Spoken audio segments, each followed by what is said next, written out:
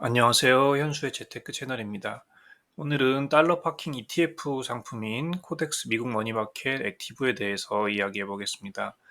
광고나 그런 건 아니고 제가 개인적으로 투자하려고 할 때 ETF를 조사해 보고 공유할 만한 내용이 있으면 이렇게 영상으로 또 블로그 글로 찍어서 올리려고 하고 있습니다. SGOV나 BIL, BOXX 같이 미국에 상장되어 있는 ETF, 미국 초단기 채권 ETF는 포트폴리오에서는 현금하고 비슷하게 취급이 됩니다. 미국의 잔존 만기 3개월 미만의 채권에 투자하기 때문에 거의 무위험 수익으로 보기 때문이죠. 국내 계좌, 특히 연금 계좌나 퇴직연금, IS 계좌 같이 세제 혜택이 있는 계좌에서 달러를 보유하고 싶다면 고려해 볼 만한 상품이 신규 상장하게 되어서 한번 살펴보았습니다.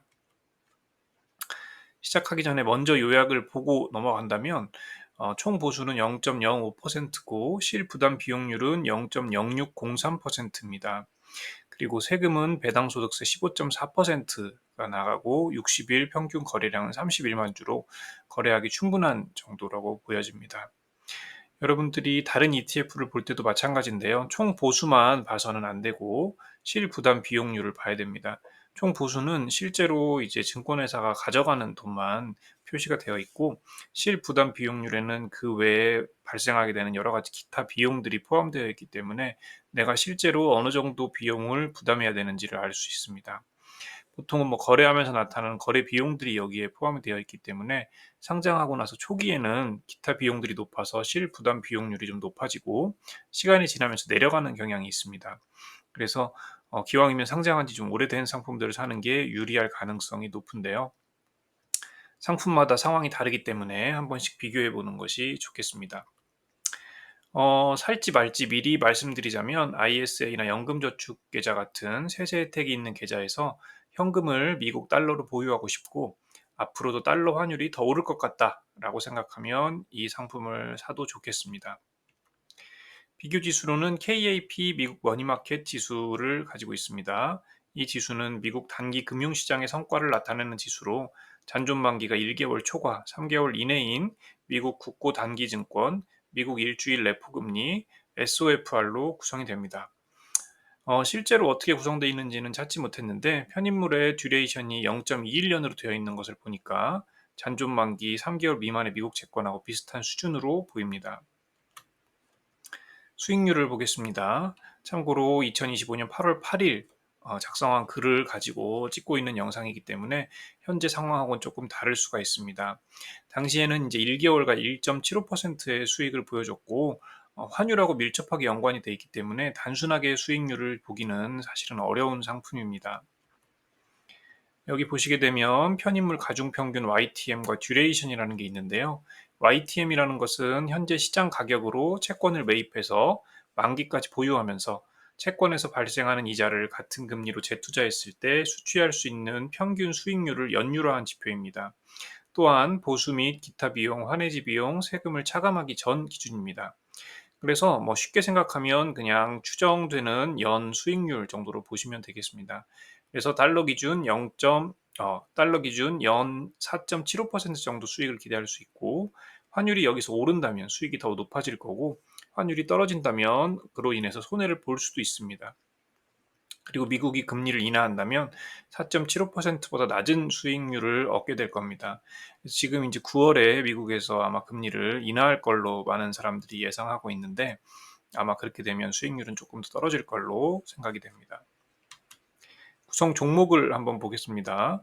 구성 종목에서 뭐 여러 가지 많은 것들이 써 있는데 그냥 100% 현물로 구성되어 있는 ETF다라고 이해하시면 되겠습니다. 다른 ETF나 다른 펀드를 담지 않아서 재간적 비용이 없다는 것이 장점이 되겠습니다. 여러분들이 다른 ETF 상품을 보더라도 ETF 안에 구성 종목이 다른 ETF나 다른 펀드를 담고 있는 경우들이 있습니다.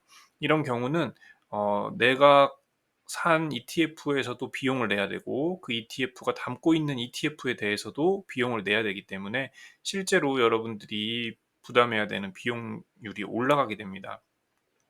이런 것들은 사실은 보수를 봐도 알 수가 없기 때문에 단순하게 보수만 가지고 상품을 비교해서는 안 되고 구성 종목들이 어떻게 구성되어 있는지를 꼭 확인을 해야 되겠습니다. 비교 상품으로는 타이거 나온 타이거 미국 초단기 3개월 이하 국채 상품이 있습니다. 이 상품 같은 경우도 뭐 비슷합니다. YTM으로 보면 연환산 4.27%로 약간 낮고 듀레이션이 좀 비슷한 걸로 되어 있고요. 거래량은 21만 주로 이것도 거래하기에는 충분한 정도로 되어 있습니다. 여기 보시게 되면 이제 타이거 상품의 구성 종목들인데요. 여기 보시게 되면 이제 SGOV 같은 다른 해외 ETF가 그대로 여기 들어있는 것을 볼 수가 있죠. 그리고 3번이나 4번 같은 경우는 이제 단기 국채를 담고 있는 거고 5번이나 6번 같은 경우에는 다른 ETF를 담고 있습니다. 이런 것들이 이제 아까 말한 것처럼 재간접 비용을 추가로 부담해야 되는 ETF이기 때문에 비용 면에서는 좀 손해가 있겠습니다.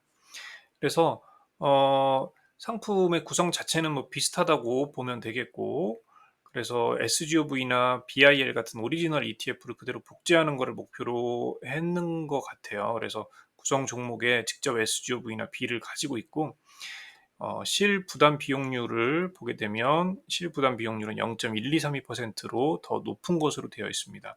그리고 거래량도 뭐 약간이지만 조금 더 낮기 때문에 특별하게 더 낮은 듀레이션을 목표로 하고 싶다. 또는 미국 상장된 오리지널을 비용을 더 내더라도 가지고 싶다. 이런 게 아니라면 코덱스 미국 머니마켓 액티브 ETF가 조금 더 나은 선택으로 보입니다. 결론을 보겠습니다. 포트폴리오에서 미국 달러를 보유하고 싶다. 또 국내 계좌, 특히 세제 혜택이 있는 계좌에서 보유할 생각이다. 앞으로 달러 환율이 더 오를 것 같다. 이렇게 생각한다면 한번 사볼 만한 상품입니다. 그리고 미국 직투 계좌에서 보유해서 연 250만 원의 공제를 받을 생각이다. 이런 경우라고 하면은 미국 직투 계좌에서 SGOV 같은 상품을 보유하는 것이 좋겠습니다. 그리고 사실 SGOV 같은 경우에는 배당이 월배당으로 나오기 때문에 양도소득세로 공제를 받기 위해서는 BOXX 같은 상품이 더 좋은 선택이 될 수 있습니다. 그리고 단기간에 환차익을 목표로 투자를 하고 싶다. 이런 경우는 달러를 환전을 해서 그냥 RP로, 달러 RP로 보유하고 있는 게 더 좋습니다.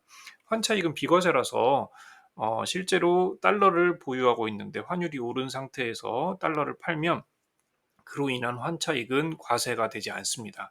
그리고 대신에 이제 이자를 받기 위해서 RP에 넣은 금액은 과세 대상이기 때문에 RP에서 얻은 이자 수익에 대해서는 이자 소득세 15.4%가 부과가 됩니다. 그리고 또 환전 수수료를 감안해야 된다는 것이 조금 차이점이 있네요. 앞으로 달러 환율이 떨어질 것 같다고 생각한다면 당연히 이 ETF를 사서는 안 되겠습니다. 오늘은 여기까지 코덱스의 미국 머니마켓 액티브 ETF에 대해서 알아보았고요. 도움이 되었으면 좋겠습니다. 감사합니다.